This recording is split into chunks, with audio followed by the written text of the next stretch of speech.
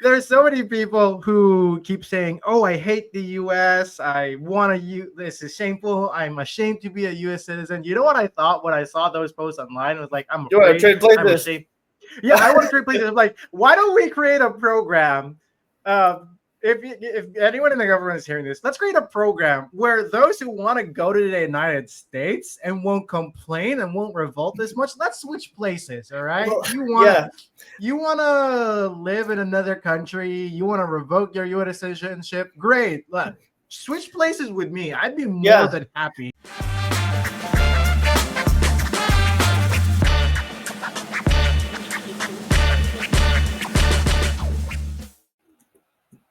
All right, we're recording and we're back. And okay, dude, what the heck is happening? The next thing I know, okay, all right. So the next thing I know is I'm hearing talks about trouble in the Oval Office that involves the Ukrainian president.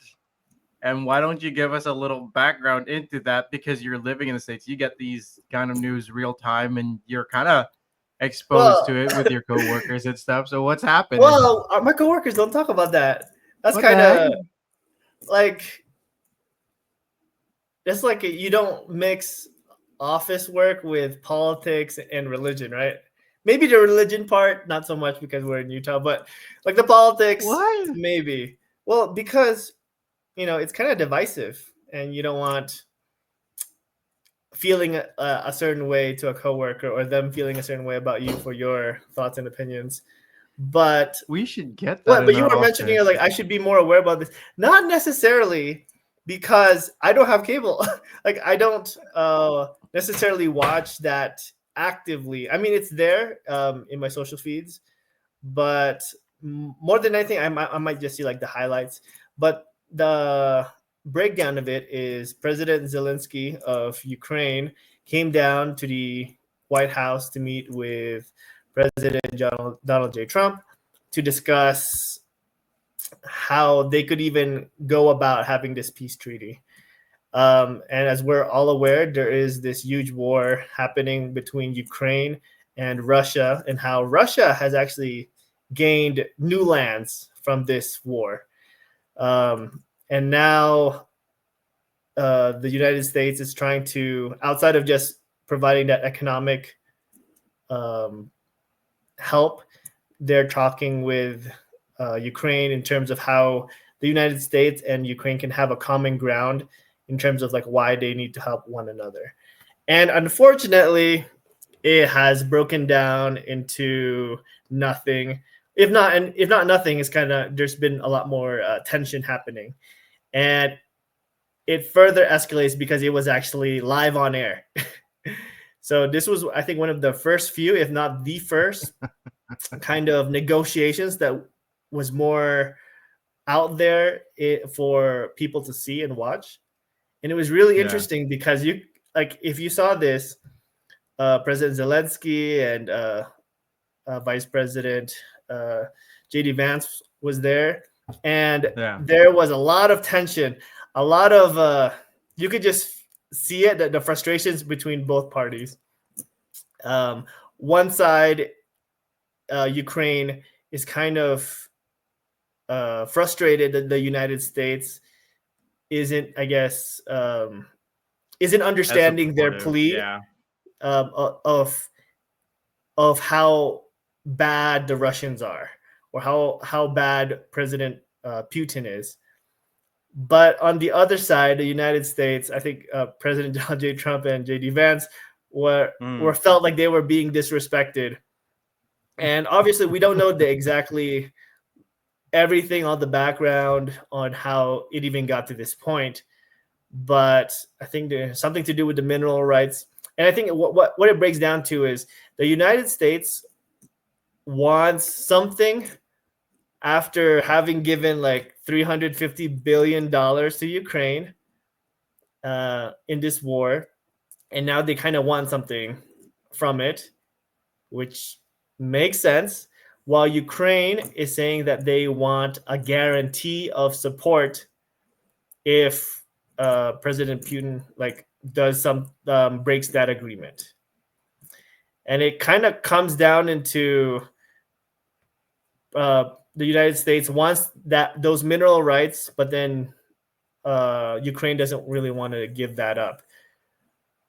And in terms of this, it's a little bit of a problematic issue, but I could be wrong. And from my limited knowledge, I would side more with, in terms of the United States, like they have to focus on their interests as well. I mean, $350 billion is Right. more than all the other allies have sent to Ukraine.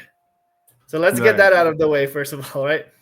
Like the United States, like a long distance ally, you can say, is giving more money than France, than Great Britain, than Germany, all together.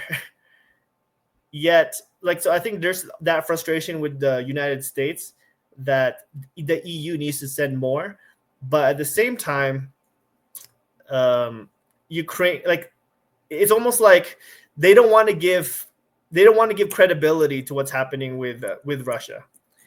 I mean, they have President Zelensky has every right to be frustrated and mad at Putin, but I think he was trying to get President Trump to say negative things about President Putin.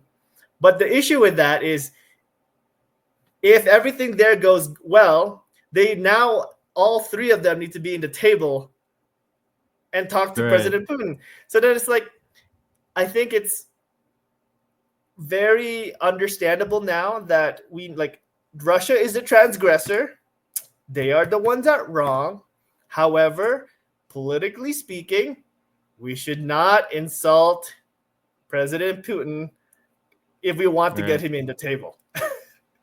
Yeah, you're trying not to agitate people. The way that I would describe this is, imagine like you're a parent and you have two kids fighting, and of course you're not going to try and favor one over the other, but you're also trying to make sure that they get along, because you're going to be living in the same household, and try not to kill each other.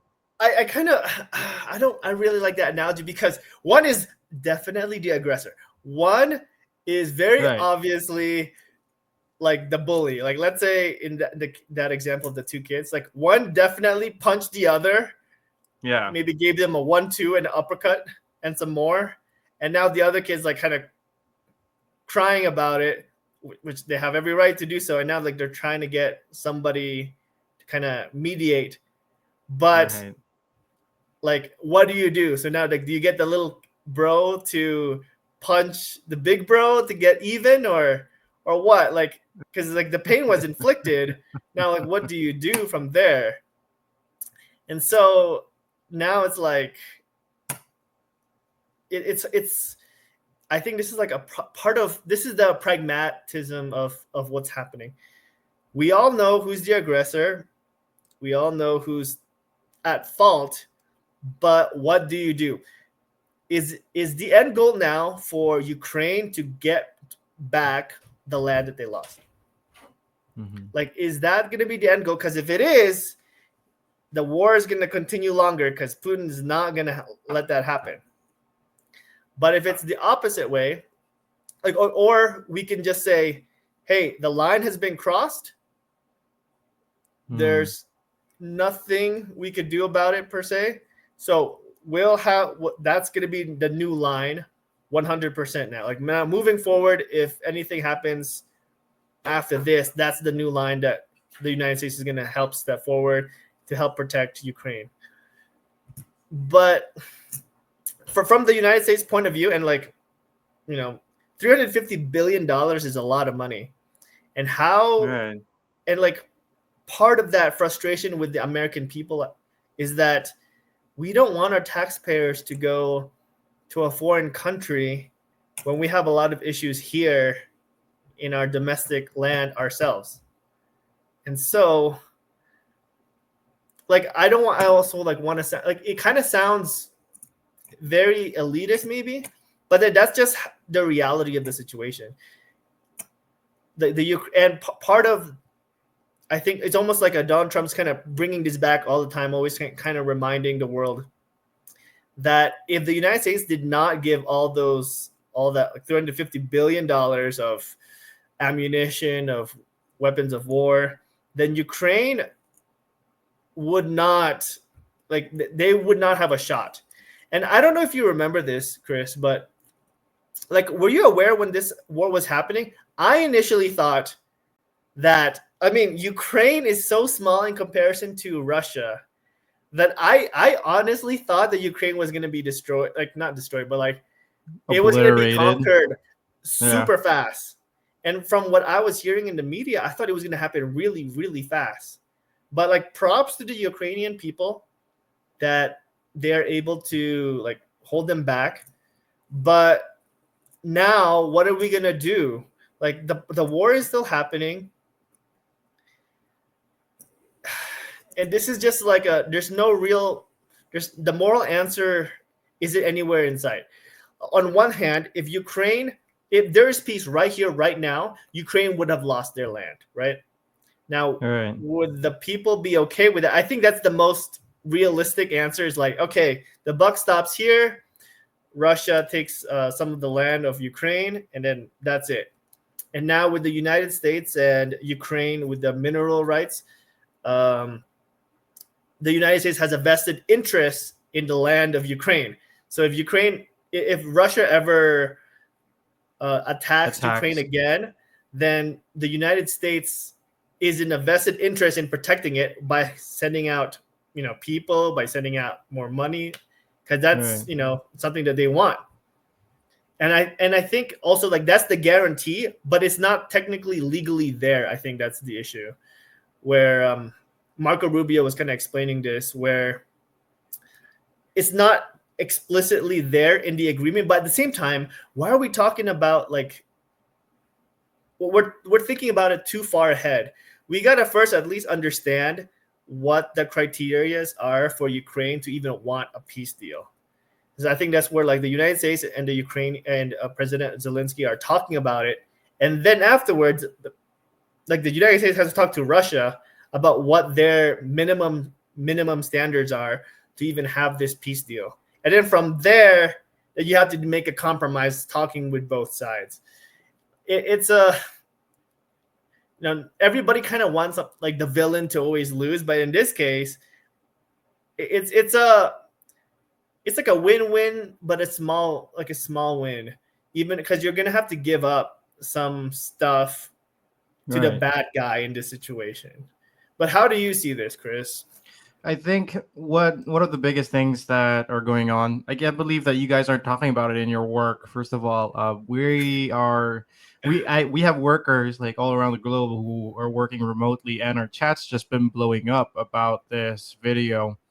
And it's interesting how people from other countries have a perspective on this. So they're definitely the European Union was they were anti-Trump in this case, and they were saying that, okay, these are things that Trump did, we don't really agree with them. And then there's of course Putin, who was obviously he was very happy to say about this interaction that didn't exactly go so well. And here's my perspective on it. Like, one of the things that I want people to understand is President Trump is the United States president, and historically, you've seen the U.S. helping other people, and so we've kind of started to see the U.S. as kind of like the negotiator or the big brother who gets involved in everything. And so we sometimes start to think that he's also the president of making sure that everything in the world goes right. And so if anything in the world were to go wrong, we somehow start to blame that on the US president. War happens in the Philippines and Korea. Oh, that's the president's fault. And now we have Israel and Palestine. Somehow what the US does is also at fault at that. And then we have Ukraine and Russia. My personal opinion on it is that, hang on, you're sending U.S. soldiers, you're sending the lives of U.S. people, and what I would like, if I was a citizen of any country, I would like the president to at least prioritize his citizens first and focus on making a plan. I think it's I think it's very irrational for people to say that it's unfair that Russia is coming in and taking a part of Ukraine, and that these things aren't going. The bad guy in this case isn't paying the full price for his sins. But my concern, like we live in an imperfect world where you're not always going to get the things that you want, and in this scenario, I think the best, if the U.S. has the right, the U.S. president and his administration has the right to focus on the lives of American citizens and especially the American troops that they are sending out to help other people. Why is it unfair for a president of a country to not be concerned about the lives of his own people? Why is it unfair that he gets to negotiate a deal that would benefit his country if he's sending a lot and a lot of aid? This is not charity So work. And by the way, charity work I think is the dumbest thing ever. I've never heard of a country that succeeded and thrived because you gave them so much aid and money. I've yeah, never seen a country go rich by federal aid or aid. I've seen countries that got rich by negotiating and by having trades and having better agreements and relationships with other countries. I've never seen one that got out of trouble because they got more money out of the problems. And the irony of it as well, you see a group of people that would argue or would point out, oh yeah, money never solves the problem. But it's also, it seems to me that the same kind of people who says money never solves the problem is also the one who keeps saying we should be sending more money and federal aid to, or international aid rather, international aid to other countries to help stop this. And it's not even just, it's not even the bigger issue. Of course, you have another country, another superpower country, who, if you get on the wrong foot with, then you could end up having a much bigger war or cause more damage.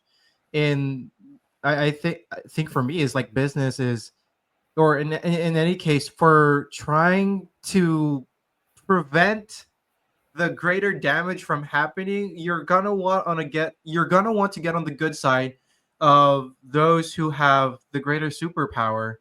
It seems unfair. Really, it really is unfair.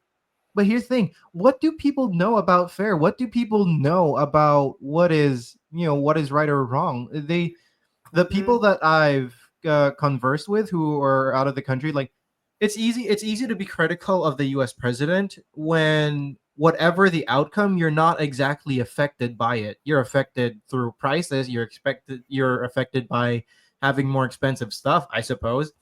But you are not affected in a sense of sending troops and money over. You're not being affected by, you're not going to be the target of these countries per se. Not You're not necessarily the target of these countries. And so it's very easy to be critical about the actions of these people when you really have to think about the entire weight and the entire burden that comes with trying to make sure that this ends as peacefully as possible. I think the great thing about it is that the main objective is peace. Having mm. peace, have to stop people dying. That's the main objective that we're trying to go for here. Well, It's no no, longer about making it, yeah, an equal I think playing it's ground. well, I think it sounds good, and I kind of want to push back on that with the fairness part. Like, in the Ukraine's point of view, I completely get it where they don't just want peace while President Trump is president, right? They don't want this peace that's going to happen because like President Trump is the one kind of having like that is affecting more of this foreign policy. They kind of want this to be lasting. So I understand from their point of view in how they're really scared that they kind of want a guarantee, but I think they don't understand that if your economic goals align with the United States is going to protect their money, or like they're going to protect Ukraine because they want to protect their money. And you were talking about the fairness part, which I agree with in that it's so what's the word? It's kind of frustrating when it's so easy to say that the United States should probably like this is for the good of the world, right? Like the United States should just do that. But the issue is it's not coming for free. What's happening is like the $350 billion is coming from taxpayers. And when you have people that in the United States that can't afford rent, that can't afford food, they really could not care less about the other enemy happening on the other side of the ocean. And I think there's a lot of grandstanding happening with other countries. Recently, there's been a lot of from UK and France. They're willing to put up more money to help Ukraine, with the conditions that the United States kind of comes in and helps. Like so it sounds the good. irony. It sounds really good, but then we start realizing how powerful and great the United States really is if it really wanted to. And I think we also think about like the United States has to do this. What's the alternative? What if President Trump could not care less about Ukraine? What if he just stops the support? What would happen? Like, I think this is one of those things that like it doesn't really come into our minds, because it's expected that the United States will be the protector of what is perceived, I think, as good. Like, I mean, there's one aggressor here, so then you gotta protect the defendants. But what if President Trump just like says no more, because of that falling out? Like it's no longer there. The United States interest is no longer interested in protecting Ukraine. What would happen? I think Ukraine would just collapse. Yeah. If the United or I could be wrong here, but another way that could happen is the other countries would actually pool even more money, and then maybe then they can combat Russia without the United States support. Now, if that is the case, that's a win for the United States. Like, it's a win-win, because if that happens, then it shows that the European countries, when working together, are able to repel this greater force. And if they're able to do that, then the United States doesn't have to be the world's protector. And then a lot more of that money can go back to domestic affairs, which I think is going to be great. So either way, I don't really see the United States losing out on this. And I think like it's from a financial point of view, it's not a bad thing. Mm-hmm. And I think a lot of these foreign affairs with just kind of putting it out, like Israel-Palestine conflict, the Russia-Ukraine conflict, it's more of a long-term investment. But then I think a lot of the American people are just frustrated in things that they can't really, like, when there's so much economic problems happening at home with the fires in California, hurricanes in Florida, like there's still the issue with Maui, where I mean, like, a lot of we've never really still recovered from that, haven't we? Yeah. And so, like, how does it feel when you're one of those affected, and then hearing that the United States is sending billions of dollars to a foreign country? It's frustrating. And so you'd rather have that money go, to the people affected by these natural disasters. Right. And I mean, I get it, where like you kind of want this virtuoso country in a way, like just helping for the sake of goodness, but that's not a world that we live in. But with that said, like, I think that's why the mineral deal is actually really, really good. And I think I have read somewhere where like it appears exploitative, but I don't think that at all, because we're almost thinking about it in the future so much, where it's like, well, like there underneath the earth there is like tens of trillions of dollars. But why are we even talking about that? Why are we even talking about that if at our doors are people that like that want to take that from us, like that we can't even do anything with. It kind of makes me remember how, like oil, for example. Nobody valued oil until the technology for gas and the use of oil was actually important. Back in the day, London had oil, and they're like, "Oh, I'm gonna put whatever this black liquid thing is. I'm gonna put it on my tea because it's like it has to be useful for something. I don't know what it is, but like that's what they started using it for." And so we don't even know exactly how much like the rare earths are in Ukraine, and it's only valuable if somebody makes it valuable, if it's actually useful. I don't Right. know. It's one of those frustrating things where people don't really understand, and you get a lot of likes and clicks for saying the most obvious thing, which is good is good, bad is bad. It's like that's not anything new yet. Like, but what are you gonna do for being in the real world? How are you gonna actually like how should one country actually work? Because if Ukraine does not want to work with Russia because of Russia's attacks, then what are we even talking about here? Like we're just wasting time and energy. Right. I think But for me, the big thing for me about it is that in any business, in anything that you want to do, if you're sending aid, you're supposed to expect, and I think it's fair to receive some sort of return on your investment, because again, like you said, we're foregoing. Look at the opportunity cost for this. We're foregoing helping U.S. citizens to send money out to a foreign country. And I think it's only right that if we've had to prioritize a foreign country, that we would expect some help in return.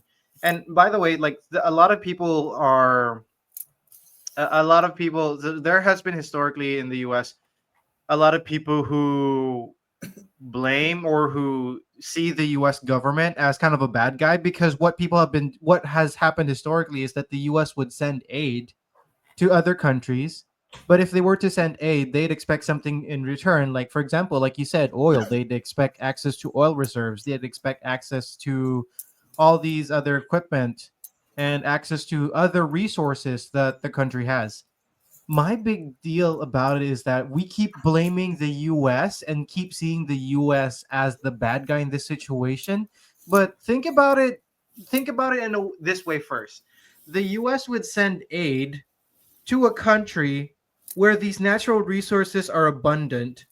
Now, why would a country need to have aid for when they have abundant natural resources? Why won't they create other means where they can develop where they can extract these natural resources and trade with other countries? How come they haven't been doing that? How come the government their own government has been doing that? And that's when people have to realize that the reasons that some of these leaders are willing to do this is because there's some money that's being taken in between.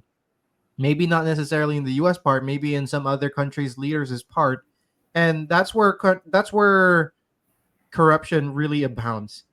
You're going to see money that's going to disappear, and it's easy money because you don't have to put up the risk of having to exploit those natural resources that would have made your country better. That's a lot of situations. I see a lot of third world countries. When you study emerging markets and you look at the situation of these third world countries, a lot of the times it's corruption that is involved, and they're just letting the US give them aid in exchange for letting them exploit their natural resources and get what they want. That's the thing that I'm trying to see here. We keep seeing the US as the bad guy here. And in this case as well, like you said, there is a war going on. You can't, if you're a small player, you really gotta wake up and see that you don't have a big impact. If the you know you I did I ever tell you this story? Like there was this one time I was so politically naive. I had so little experience about the world, and one of the conversations we've had was like, okay, the US is gonna bomb this place. I'm like, isn't there Filipinos there? And they just started laughing at me. I'm like, there's Filipinos in that country too. And they were like, what oh do you mean? What do yeah, you mean? we're What do you not. mean? So the context of it was, I think I thought the Philippines was this great big country, and if there are a bunch of Filipinos somewhere, then that place wouldn't be bombed or harmed. And so that's what my political thinking was. I was thinking that this Philippines was an amazing country because if you live in your own country, you get all these media about how the Philippines is a great country. It's not until I went abroad and really saw how small the Philippines was that I realized I was so naive for saying that. And it's the same case with Ukraine. You are gonna have to pick one way or the other. It's it's not gonna be a favorable situation, but for me, that really is going to be fair. You gotta stop looking. Uh, the book about Chris Voss is the one that described this very well.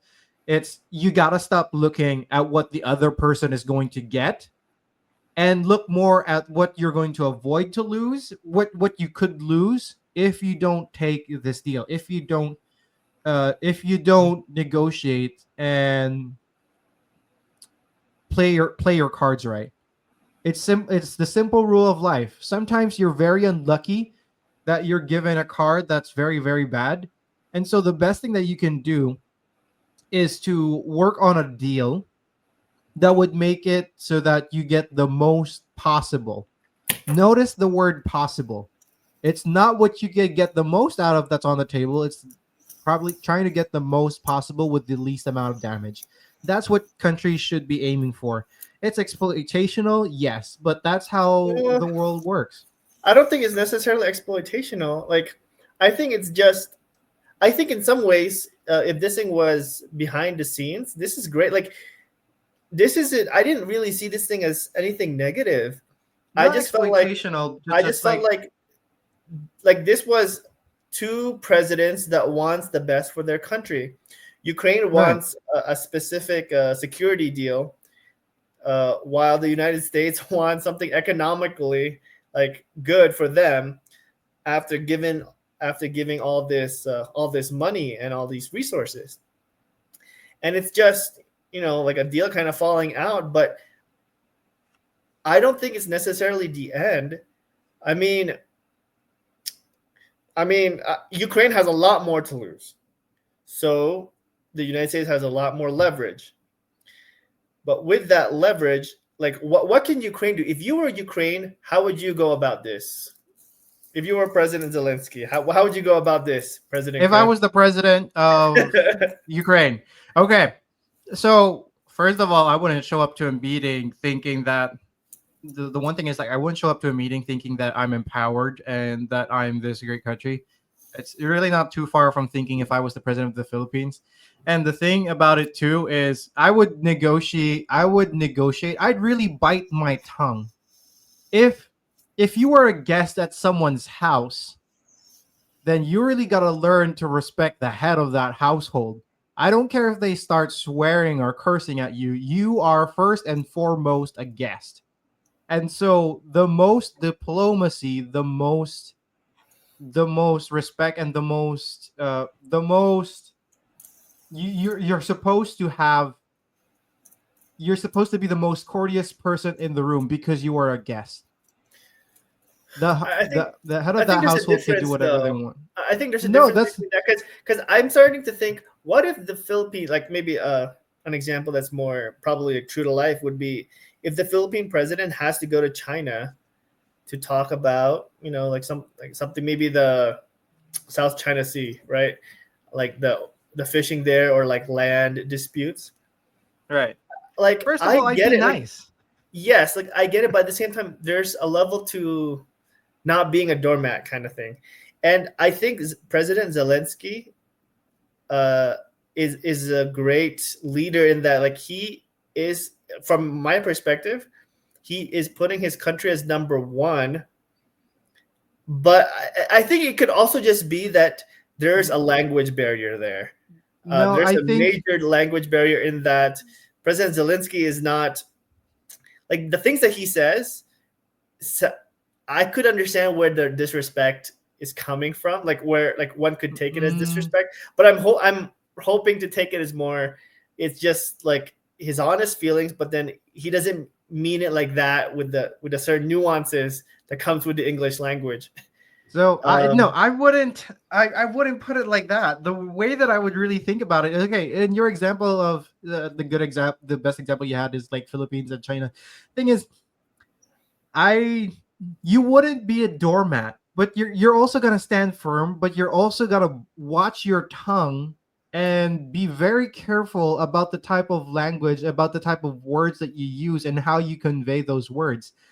The people there's this rule that it's not so much about what you say, it's also about how you say it and your body language to it. So my analysis of it was, it wasn't I was when I'm comparing President Zelensky and trying to see how he reacted, I wasn't looking at the words, I wasn't listening to the words he was saying. That's like probably like 20% of the message.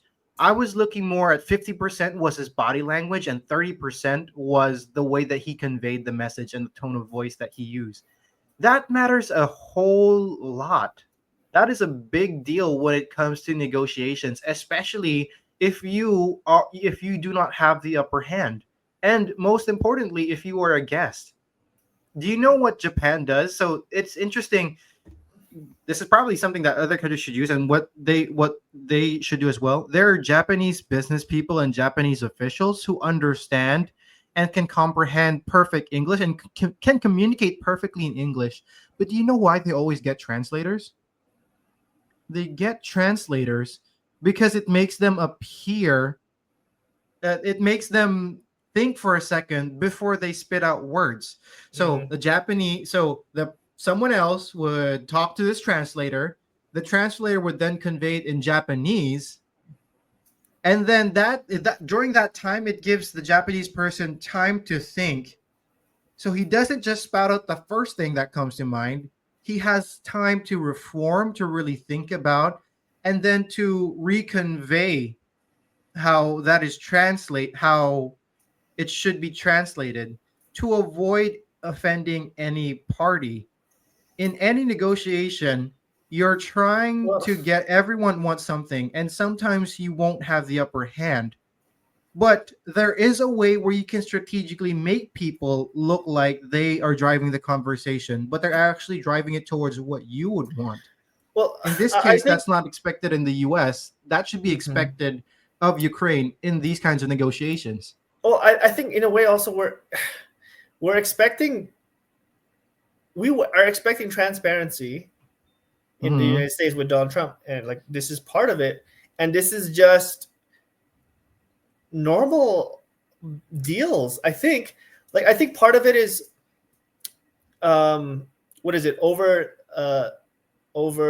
centralizing, I guess, Hmm. the this whole thing, because this kind of thing has happened multiple times before, and this is how people really negotiate. Sometimes it could have been like maybe overly emotional, but like now we're almost over analyzing it. Like I think there's that frustration, and that we people wanted to have a better resolution, but although that did not happen, it's not necessarily the end of the world for the United States. Like from the perspective of the United States, Right. like this was sad to have happened, and I think President Trump really wanted those mineral deals that could benefit greatly the American people, but overall it's not like it really made a huge dent. If anything, like once again, it's going to be a win-win. Either the United States will get those mineral rights, or they're going to not be helping Ukraine. It's like, okay, what does the United States got to lose to that? And I feel like that urges the other European countries to help their neighbor. Because if not, for sure, yeah, like it's that idea of like, and also the threats that President Zelensky was making, which is like, it might be us now, but then it's gonna be you tomorrow. I think even on a one-on-one, this is gonna sound very like, even on a one-on-one, I think the United States would beat Russia. I think there's also like even videos out there where it's like, what if the United States goes to war with the like, and nobody uses nukes for as an example, would go to war like against the whole world. I think it's a close 50-50. That's just how strong the Yes. United, like my perspective of the United States is. It's just it's not the countries outside of us that's limiting the United States' power per se, right? It's the people within. It's the people, like, and I think this is like almost every single country. As a general rule, like if you could have like a German level country that is like, and all the population is working as one, they could do like big things. I mean, I think that's how I like in World War I, World War II, the German people were able to like practically conquer Europe because they within themselves were working with one unit. And although like this is kind of a bad example because of Nazis, but like this goes with China. I think the biggest problem for China, for example, is not the United States or Russia or the Philippines or whatever. It's the people within themselves. Like they need to all work in like one cohesion on whatever their culture is. And this goes with the Philippines. Like I think the Philippines, like if you could almost like make everybody like almost everybody has like a hive mind, like the Philippines can probably overtake like the biggest economic powerhouse, like can compete against the United States if they have that, if we're like that. But that's not the case. We're not robots. But it kind of just goes to show it's not the problems are not the things outside, it's the things inside. And I mean, right now, the issue with the United States is like, okay, that fight happening on the other side of the ocean is not really the United States fight. No, it's not. Even There's though a lot. there is a moral issue. Like I think either it was Tucker Carlson or J.D. Vance or Marco Rubio who was saying this, where it's like this fight is almost like a meat grinder, and unfortunately, Russia has more meat to grind, and so like Russia would, like just statistically speaking, like they should just win in a normal fight, and so like that's why Ukraine needs allies. And like what you were saying, the president does. I don't know. I think President Zelensky, it's frustrating what he did, and like, but at the same time, I'm grateful that what it looks like President Trump and JD Vance was not taking that disrespect. Like they're willing to walk away from a potential deal, which is kind of, I mean, it's not gonna hurt them as much. Sure proof. It sounded so for sure that it was going to happen, and I thought it was going to happen, but then the fact that it didn't is kind of like shocking. But it kind of shows also how deals are, because like no deal is like too good. Like, you know, there's always a way to walk away from it.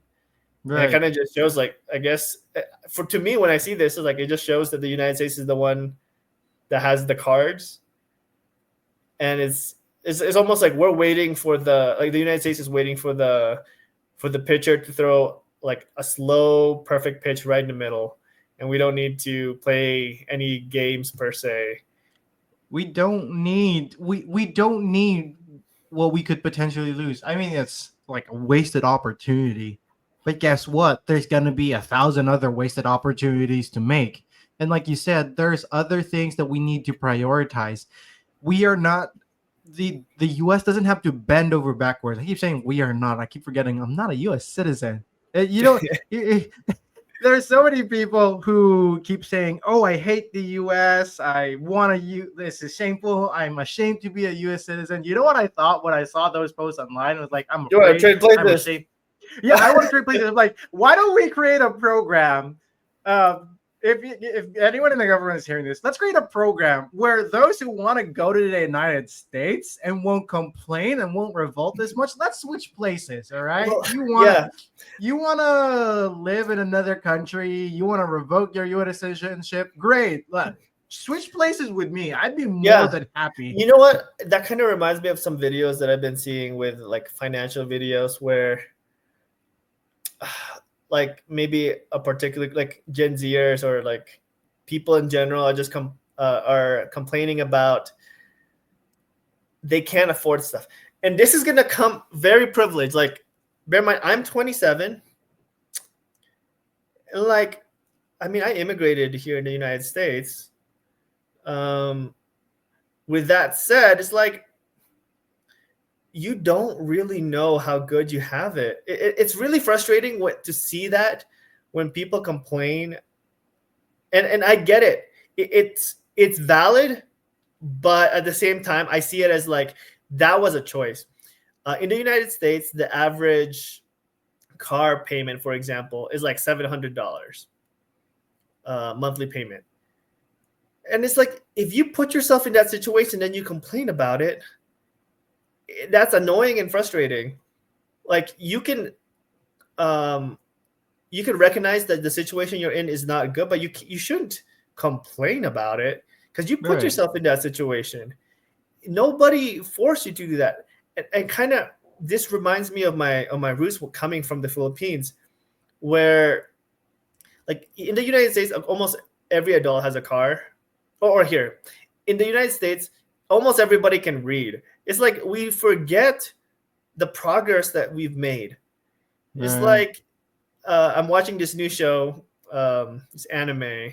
It's called Orb or something. Orb.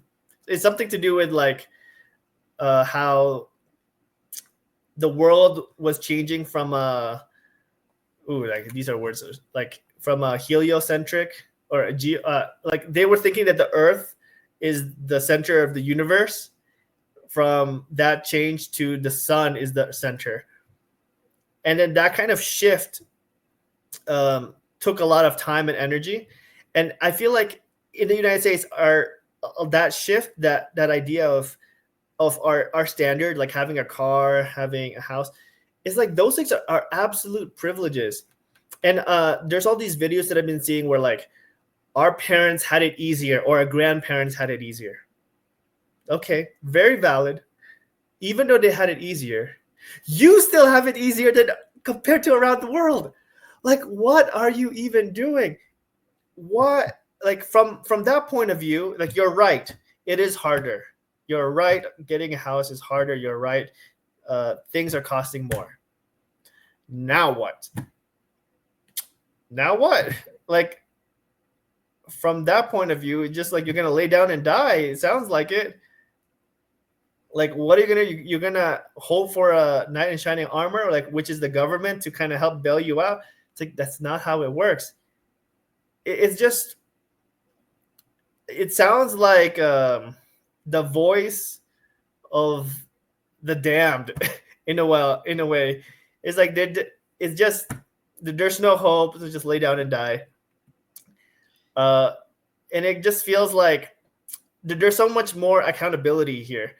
But yeah, I'm kind of getting out of topic from there. But No, like that makes sense because that makes sense. like Yeah, when I think the biggest thing though that we can do, like for peace, is for there to be it needs to be economically viable. I think in right. all reality, the most important thing with people is the finances on it. I think this kind of ties back also to kind of marriage, where like what's the biggest thing that causes divorce? It's not cheating. It's not infidelity. Like it's up there. It's up there. It's finances. And like I kind of saw that in Peru, like a very Christian nation where it's like, well, like we all understand infidelity is wrong.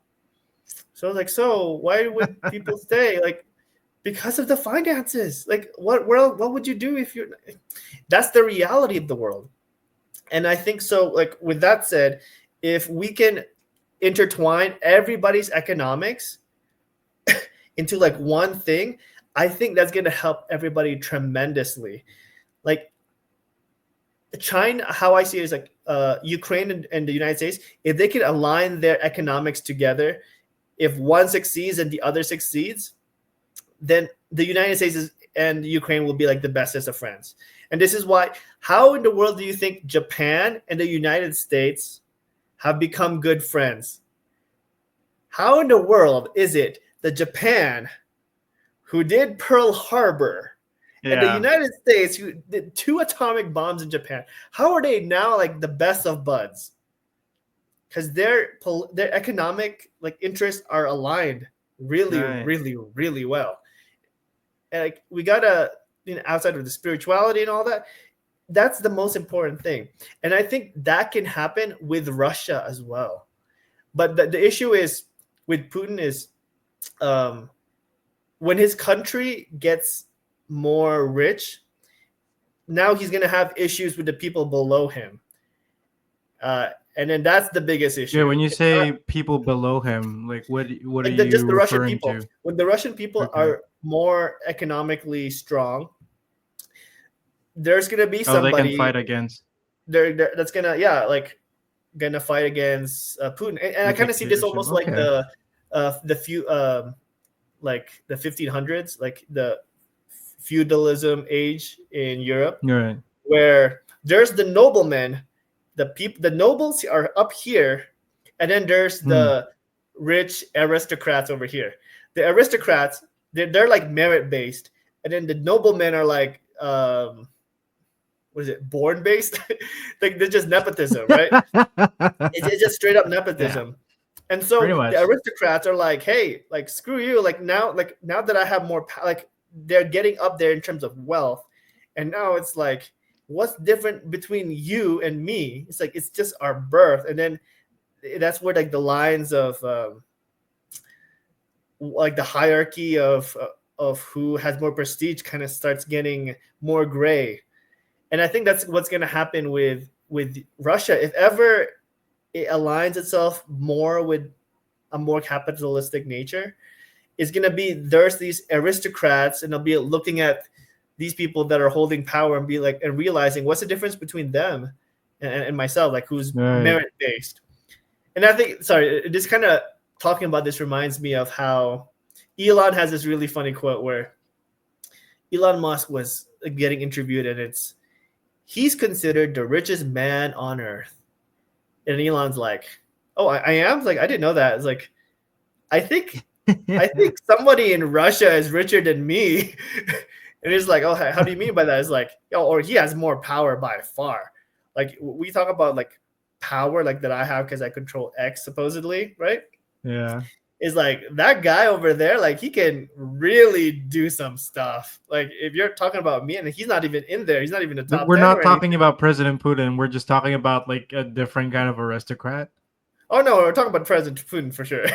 Oh, what the heck? I mean, like there's President Putin, and like there's a difference between capitalistic powers and that you have a lot of money, and then there's also just like the government that can take it from you.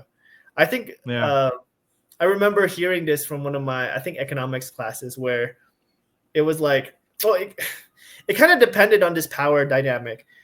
Like the richest person in Mexico, like is it like in the top 5 or top 10 richest people, but nobody knows about him. Like he's not like Bill Gates. He's not like Steve Jobs at the time, right? Or Elon Musk. Rather, he's just like this guy that nobody knows about.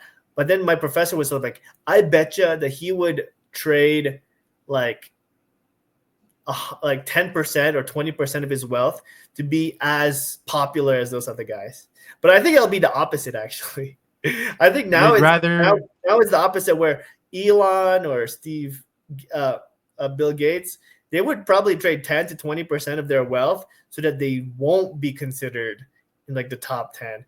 Because I think there's power in being hidden amongst like that level of strength.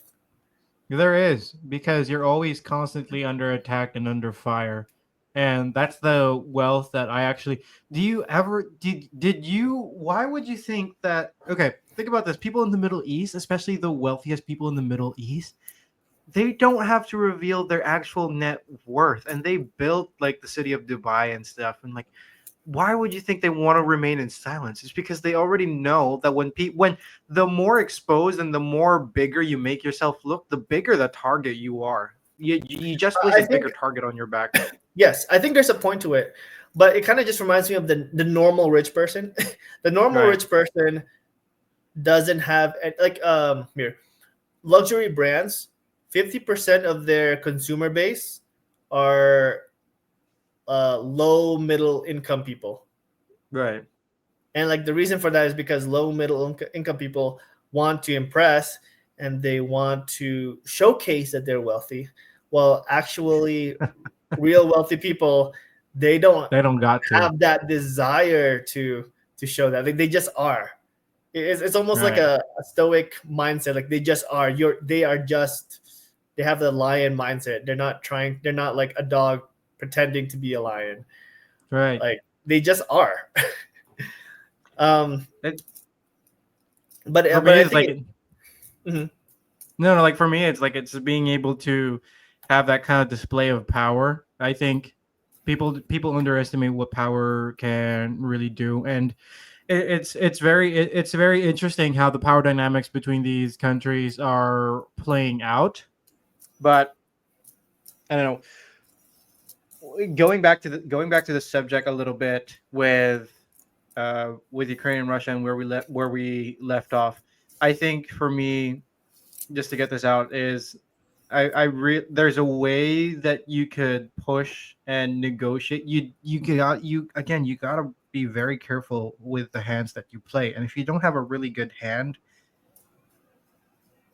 just take the best out of take the best out of it. You really notice I it's a don't very know. delicate situation. I don't know. For me, I kind of disagree with that though because like I can see it as what if the China like oh my gosh like this is like what if the Chinese government's bullying the Philippine government?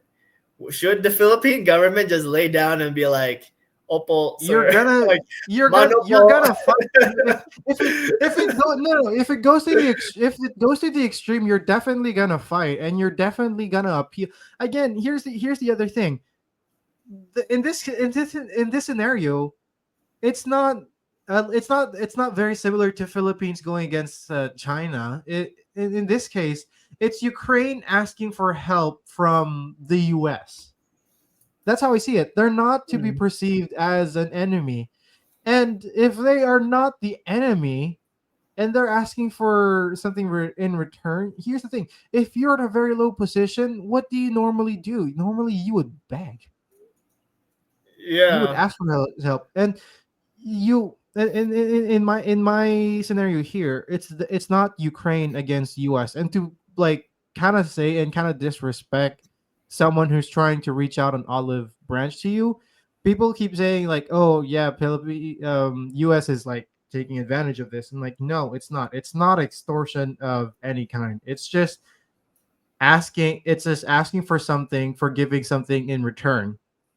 If you want, you can go deal with if you want, you can deal with the problem with yourself, but you definitely don't bite the hand that feeds you. You don't swat away someone who's trying to reach out an olive branch to you. That is just for me like a blatant disrespect. And Yeah. I'm trying to take in consideration maybe it might be some miscommunication, but again, like I'm going back on the basis of body language and tone of voice. That is for me is something that you have to be very delicate about, because it's like if we were to ask help from other countries, and if I was the president and I was asking help, I would first of all know my place. It sucks that you are in a very crappy situation and that you are dealt with a very crappy hand, but it's going to be so much better than the alternative of not being able to get aid. Oh And if the yeah. Philippines was to be put in a Well, similar situation, I really hope that our political leaders are doing what is right. I'm just grateful that we haven't started shooting at each mhm. other here, despite that conflict is happening. And then again, if the Philippines doesn't want to coordinate, then we're basically screwed. Like the manpower, the firepower that China has against the Philippines, like time to wake up, people. We don't have that manpower. And again, for other people, time to wake up. It's look know your place and make the most Know out of the your situation. place, peasant. Know your place, peasant. And Like this is why I hate, I hate to be on the losing side of negotiations. It's gonna be painful and you're gonna be walking away with less from the deal, but you're still walking away with something more Yeah. than what you did before. I mean, I think this is from the United States point of view, right? Either way, the United States isn't necessarily losing out on anything. But for Ukraine, I mean, they gotta hope that the EU helps them, and it's gonna absolutely. I don't know how the history is gonna look at this. If they're gonna look badly in Donald J. Trump, or is it more of President Zelensky's fault? Because I can like how I see it is like if this was like the last straw in terms of the United States wanting to do any business with Ukraine, and then Ukraine kind of just like took it out, then like what's the other alternatives is begging from the other EU countries. But I think they already kind of did it, in which they're saying, yes, we're going to help, contingent that the United States is in on this. So is that really the deal? Wait, is that actually the deal that the EU is extending to Ukraine? Well, it's not just EU, it's like separate countries are doing to Ukraine, like England, the United Kingdom is doing. That if the United States is going to be a part of this, like if they're going to have their blessing in a way, like then yes, like we're going to go and help you. And it's one of those things also where like frustrating, where why didn't you guys do that earlier? It's like you guys are neighbors. Like your neck is more out there than us. Yeah, I wanted to say that as well. I want to point that out as well. Like, you're the one who are closest to the problem. You're the one who's going to be most effective if you don't help out. How the heck are you contingent on someone else? And how is it that you are sending much less support? And how come you aren't the default? You're not the person who's like reaching out. How come you're not the default aid giver in this situation? Why is it that we're also always going to the U.S.? It's because the United States is like the baby daddy, like for all the countries. Why do you think it's time that stops? Like, that's why I think it should stop. Because like, in comparison to that, right? Like there's also the Middle Eastern problem. Right. A lot of the refugees want to have asylum in the United States. But why isn't it that more countries in the Middle East are trying to take in more of those asylum seekers? I know. Well, I think we all know the United States is a freaking good country to live in. With all its problems, if you have an immigrant mindset, you're going to be pretty successful. Like, I don't know. It's kind of controversial to even say this, but like, there's so much more transparency here. And what we can see that because like you can talk negatively about the president or the executive powers, and you won't go to jail. Like unlike Germany, I think it was pretty shocking seeing a bit of those highlights. You know 60 Minutes from CNN. Yeah, I know the show. Yeah, and so they were doing a 60-minute segment with Germany, and then they were talking about free speech and how free speech is not like, okay, we have free speech, but then you can't talk negatively about something that can cause somebody that like can invoke like negative feelings for somebody else. And you can actually be jailed for that. So the United Kingdom and Germany, as I'm aware, like has that pretty active. It's actively in their law. And it's also kind of like a joke, I guess, when there's all this peacekeeping talks when you don't even have free speech in your own country, in like even the closest allies that the United States kind of considers themselves with, like especially United Kingdom. All right. That's pretty bad. I don't know. I think there's a lot of common sense, critical thinking things that fall on the wayside because one is like following their party line. And that becomes a major issue. I mean, I think there's a lot of people like, for the side of Ukraine. I think I saw this like in X, where there's a lot of countries, official country, like Twitter accounts or X accounts Yeah. saying like, we support Ukraine, and then the Ukrainian president is saying thank you to all those people. Well, that sounds good. That sounds real good. But what are you gonna do if like Russia presses their attack? It's like your likes and thank yous are gonna somehow magically like create the No, it's bullet. crap. Which is why I also think it's ridiculous that the U.S. is spending a lot of money for Ukrainian influencers. I mean, seriously, did you know that was one of the things that the Department of Government Efficiency, found that they were spending money on? They were spending a lot of money on Ukrainian influencers.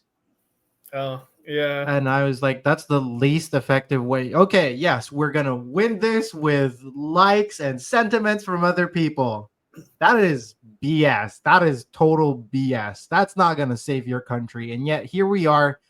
Why do we even have influencers in this war? Like, you're not trying to change the minds of the common people. You're supposed to be influencing the minds of government leaders. As much as I don't like influencer, I think they actually do play a big part, but they're in the like longer game. Because I think what happens is like they're more impressionable for younger kids, and they have that seed of wrong thinking, I think, and growing up, and then it's going to become even more difficult to actually make them think of reason and like maybe to hate like other people, like other countries. The thing is, I don't think it's something that was worth spend. I think it's something worth spending U.S. tax dollars on, especially when it's come for influence. And when you mentioned earlier how you were wondering earlier about how this is going to play in history. Historically, all we ever see is bad guys. We're always looking at the bad things that people did, and so I kind of sympathize. Like, I don't know how Trump is doing this. He is putting himself on the line of fire and is making himself look like the bad person. And it's very easy. You get less and less sympathetic for your leaders in history. The farther down you go, the farther away from the event you are. really. And you tend to look at their mistakes more often. And it also really depends, but I really think that he will be portrayed as one of the worst presidents, because even right now there's already portrayals of him being like a very terrible president. But when you look really at the perspective of things, when, like you said, you really look at the position that the US is in, and you also look at who he's trying to focus on, his focus is on the American people. I would kill and I would love to have a president whose focus is on the people. Did you guys have that? When did we have I that? always considered Duterte to be like the okay. Philippine Trump.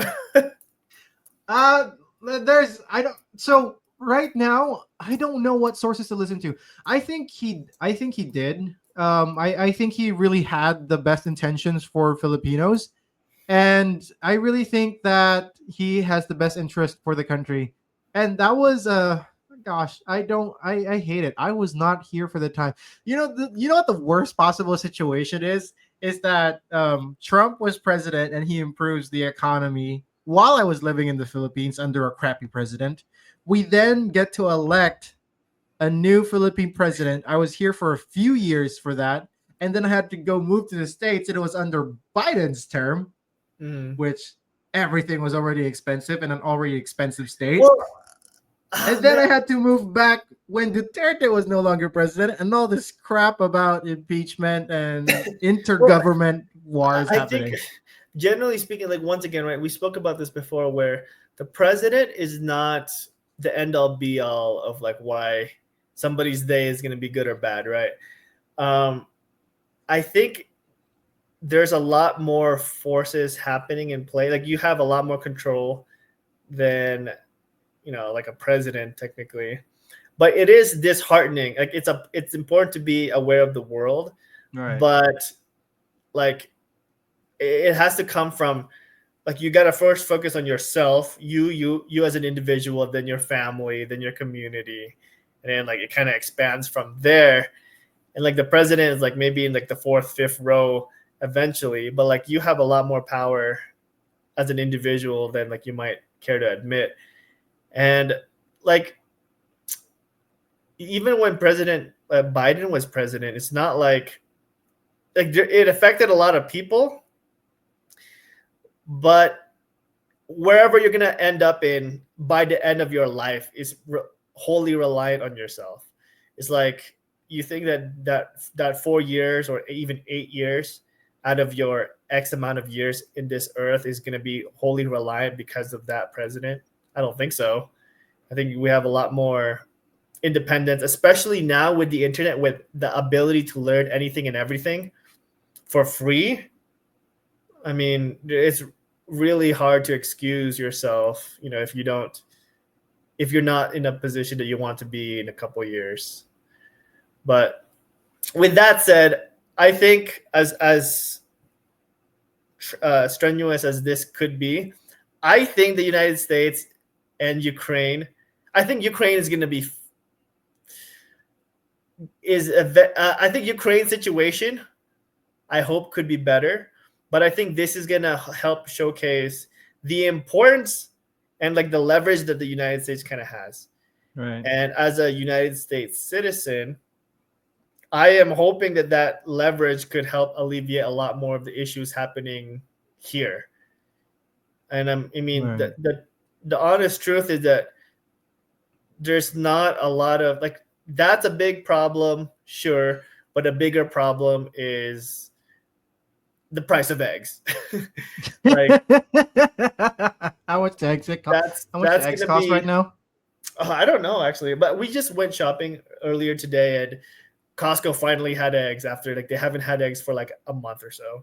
Because Really? of I think it was potential salmonella poison or something like that. Oh, And so dang. Costco retracted a lot of their eggs, which they did like the right thing, but at the same time it was like, wow, like I wonder how much that cost to Yeah. retract some of that. But I mean, that is how it is. And in the United States anyway, there's like Uber Eats. I'm sure those things don't exist in the Philippines. Oh, we do have those. Really? It's not Uber Eats. It's Grab Food and Food Panda. Grubhub. A lot of Grubhub. we call it Grab Food here. It's called Grab Food here. And there's Maxim. There's actually in these third world countries in Southeast Asian emerging markets, I'm surprised that a lot of them have food delivery services, Really? and those But are how much do actually they like get pretty paid? successful. Like really? So it actually adds value then. Yeah. So I wait, mean, you like, were going with this idea with it no, with Uber so Eats. I was Okay, gonna go well, with it that you can take in all these gig jobs now. Like that's a blessing to have. mhm, It really is. Like if you're that determined to get out of a particularly bad economic situation, right. you can do all these side gigs. And it's once again, you gotta do the math. You gotta do the basic common sense. If it makes sense with your car's depreciation and the gas, are you actually making money after tax? Like you gotta do Right. that math. No one's gonna hold your hand for you. If it doesn't make sense, don't do it. But if it makes sense, it makes sense. And outside of that, there's also like other side gigs that you can do. And so, I mean, there's Facebook Marketplace, Facebook, right? The land of the scam, but at the same time, like a lot of opportunities are out there. Buy and sell, people, selling their Land of the services. scam. I don't know. There's just a lot of opportunities, and I'm looking at this whole situation with Ukraine and Russia as it is incredibly sad. It is incredibly sad that Ukraine and Russia are killing each other for who knows what. Right. But from the standpoint of the United States, like they don't have like in some ways, like the more like maybe as I'm talking longer now, it's like it's gonna sound even more crazy. It's like like Russia and Ukraine are like losing thousands and thousands of soldiers, if not like tens of thousands. Like the weaker Russia gets, because it takes time, it takes manpower to do that. It's like, to me, not like now might be a good time to maybe potentially like attack Russia or something. It's like maybe have a counter offensive. Whoa, gosh, no, whoa. All these EU countries. It's like, hey, let's take the fight to Russia. Good gosh, dang, it's like they're gonna be a big thorn in your side for the longest time. But I don't know, like no one Let's wants to be let's viewed not as the incite some aggressor. ideas now. No one wants to be viewed as the aggressor. But I mean, that's just a thought that kind of came in my mind. It's like, well, I don't know. But Yeah, shown over here trying to incite World War III by saying we should take the fight to Russia. Ukraine's done a good I job mean, weakening if them. that's going to incite World War III, it's like, what the heck? Like, so why is Russia defending itself? What's the difference between Russia defending itself and it's like, hey, like you jerk, like we're gonna punch you back. I don't know, like, Yeah, no, we'll see. again, it still goes back to the thing that if I don't know, I don't think it's gonna likely happen because the fact that these countries are not even sending the most aid to Ukraine when they're the ones who are most affected by it makes me feel like okay, it's also the fear of losing. You know how people would avoid the risk of losing something than rather have a better chance of gaining something. It's kind of like that's kind of like how it goes.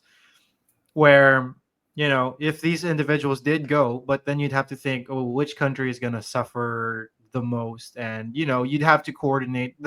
It's one of the reasons why it's so hard to get these things organized. And you're also talking about leaders who have their own self-interest. I don't know, it's going to be hard to organize and collaborate, but please don't give anyone ideas.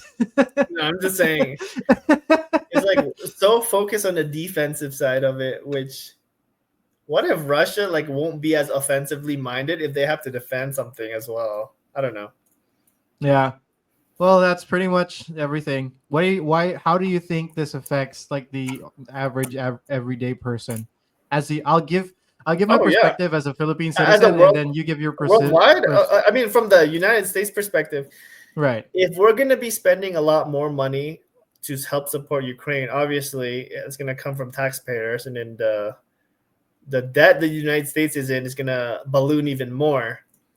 So what they can do is simply get out of that war, like straight up, or like I think they should just get out of that war, or finish the war as quick as possible, Mm-hmm. or like no more aid. Like it's just it's one of those things where somebody has to say the quiet part out loud.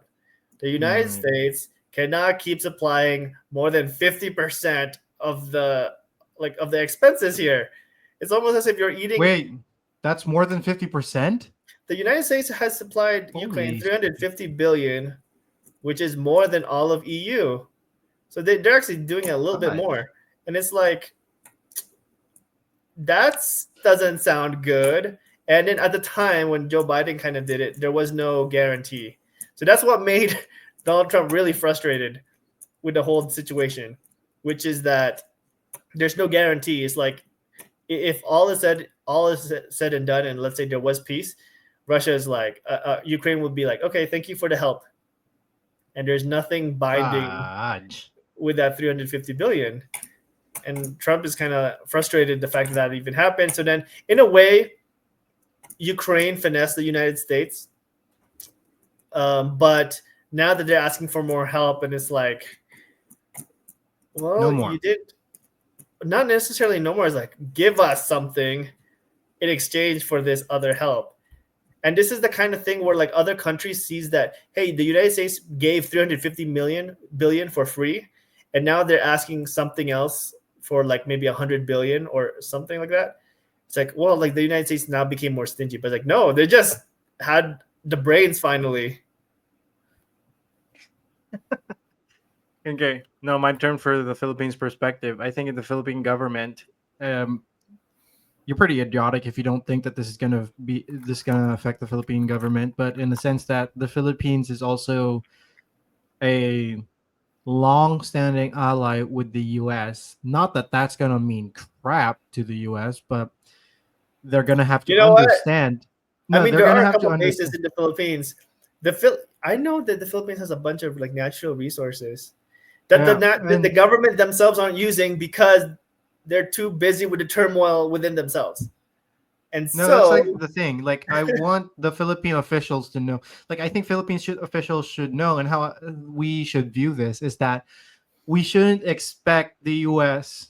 or any country, for that fact, to not get anything in return.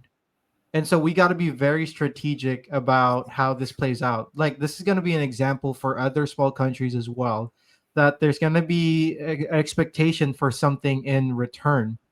And I think for me that's going to be just fair. And the other thing that I would encourage people to think about is that you got to start thinking about how you really contribute to the world, and to really know how you can expand that contribution. And it's not going to be through federal aid. Again, no country has ever gotten rich through federal aid. There are several countries who got rich through trade, but it's never aid. There is never any country that got rich from aid. And I think there's also another thing. I think the UN is just crap for just throwing a bunch of money and not really Oh, knowing where that money is going who's to. the one spending most of that money to the UN? Ah, no, The United no. This is States. yes, I know. This is why it's so like I can see why this is so frustrating to the American people. Well, They're but then sending so who's much the one money getting the most outdoors. hate? Which country is the one getting the most hate, I though? know, the US. It's So I think so ironic. Like, so can we there's have there's that frustration where it's like, okay, you don't want us to be there. Let's just wipe our hands clean, and whatever happens in those places happens. But there's also the right, understanding that eventually those things, like the very long term idea is 30, 40, 50 years down the line, because we no longer have like a military base there, that's going to bite us. But I think at this point in time, a lot of Americans are thinking, let that day happen. Like, we'll see what's like. I think it's like that understanding, like, mhm. we'll see what happens. Like, who knows what's really going to happen there? We just don't no longer want to pay in to more of those conflicts in the world. Yeah, it's if countries were to suddenly stop trading with each other, the US would do a pretty dang good job at staying alive. And yeah, that's another subject for another day. We're getting more and more into details about this. We're excited to see what other episodes we got. But yeah, that's all on my end. We're good, and see you all to the next one. Thank you.